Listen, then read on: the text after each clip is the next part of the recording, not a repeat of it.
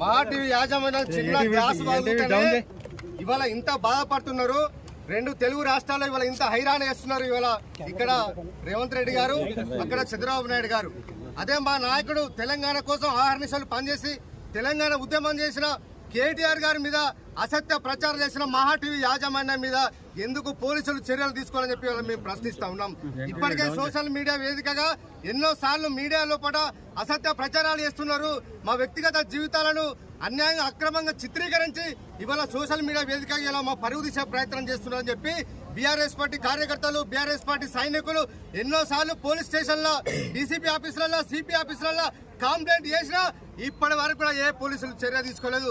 అలాంటి ఒక మహా టీవీ యాజమాన్యం కేటీఆర్ గారి పైన వ్యక్తిగతంగా అసత్య ఆరోపణలతోని వాళ్ళ కుటుంబం మీద వ్యక్తిగతంగా వారి మీద పరువు దిశ కార్యక్రమం చేస్తే ఈ రాష్ట్ర ప్రజలు దీన్ని గమనించాలని చెప్పి కోరుతా ఉన్నా. ఎవరికైనా తల్లులు ఉంటారు, చెల్లెలు ఉంటారు, బిడ్డలు ఉంటారు.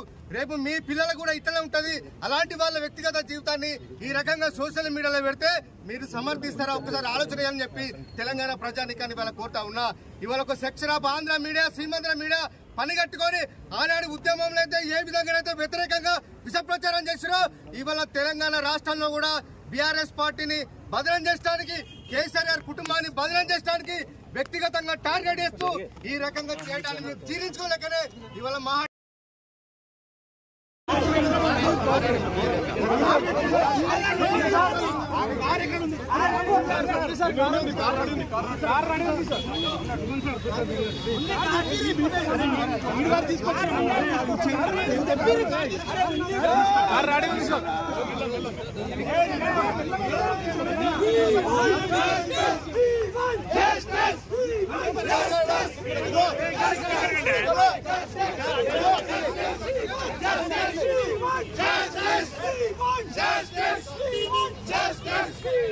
justice.